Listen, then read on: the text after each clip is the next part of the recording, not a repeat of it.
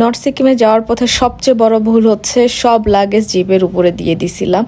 আর এত বৃষ্টি হয়েছে যে সব কাপড় চোপড় ভিজে গেছিল। এটা হচ্ছে সবচেয়ে বড় ভুল। আমরা যদি একটা হোটেল নিয়ে লাগেজগুলো এখানে রেখে আসতাম তাহলে এই হ্যাসেলটা হতো না। বাট যেতে যেতে এত সুন্দর সুন্দর ভিউ যে জামা কাপড় ভিজছে ওটার দুঃখ আর নাই। এই ইয়ারব্যান্ড আর গ্লাভসটা 350 রুপিস দিয়ে কিনছি। আর এর মধ্যে লাঞ্চ ব্রেক দিয়ে দিছে। লাঞ্চ ব্রেকে আনলিমিটেড ভাত, ডাল, সবজি এবং 1 প্লেট মুরগির মাংস। অসাধারণ ভিউ। আর এই লাঞ্চটা কিন্তু 3000 রুপিসের মধ্যে ইনক্লুডেড।